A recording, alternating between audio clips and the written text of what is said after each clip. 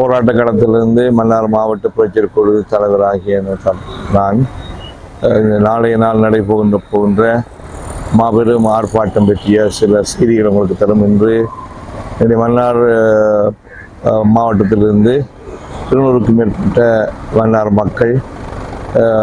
மக்கள் சார்பாக மாவட்ட மக்கள் சார்பாக ஜனாதிபதி மாளிகைக்கு முன்னாலே நாளைய நாளிலே 3 கோரிக்கைகளை வைத்து ஒரு ஆர்ப்பாட்டத்தை செய்யவிருக்கிறார். முதலாவது கோரிக்கை அமைக்கப்பட்டு கொண்டிருக்கின்ற 14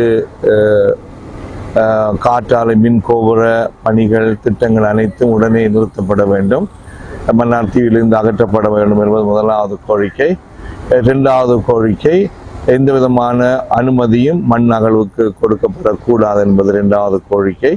3வது கோரிக்கை 36 காற்றாலை மின் கோபுரங்கள் அமைக்கப்பட்டதனாலே மன்னார் மாவட்டத்திற்கும் இயற்கை வளத்திற்கும் மக்களுடைய வாழ்விடங்களுக்கும் மக்களுடைய மனித உரிமைகளுக்கும் எதிரான பல பாதிப்புகளும் பல தாங்க முடியாத வேதனைகளும் ஏற்பட்டிருக்கு. அவற்றை உடனடியாக நிவர்த்தி செய்ய வேண்டும் என்பது 3 கோரிக்கைகளை வைத்து 47 நாட்கள் இந்த இடத்திலே நாங்கள் போராட்டத்தை நடத்தி கொண்டிருக்கிறோம். அதனுடைய தொடர்ச்சியாக நாளைய நாளிலே கௌரவ ஜனாதிபதியுடைய மாளிகைக்கு முன்னாலே எங்களுடைய கருத்துக்களை கோரிக்கைகளை முன்வைத்து சில மனத்தியாளங்கள் எங்களுடைய எதிர்ப்பு ஆர்ப்பாட்டத்தை செய்யவிருக்கிறோம். ஆகவே இந்த எதிர்ப்பு ஆர்ப்பாட்டத்தில் விசேடமாக எங்களுடைய தென்னகத்தில் இருக்கிற எங்களுடைய சிங்கள சகோதர சகோதரிகளும் பெரியவர்களும் புத்திஜீவிகளும் பத்திரிகையாளர்களும் நாளைய நாள் எங்களோடு இணைந்து நாட்டுக்காக குரல் கொடுக்க அவர்கள் தங்களுடைய ஆதரவை தெரிவித்திருக்கிறார்கள். அவர்களையும் நாங்கள்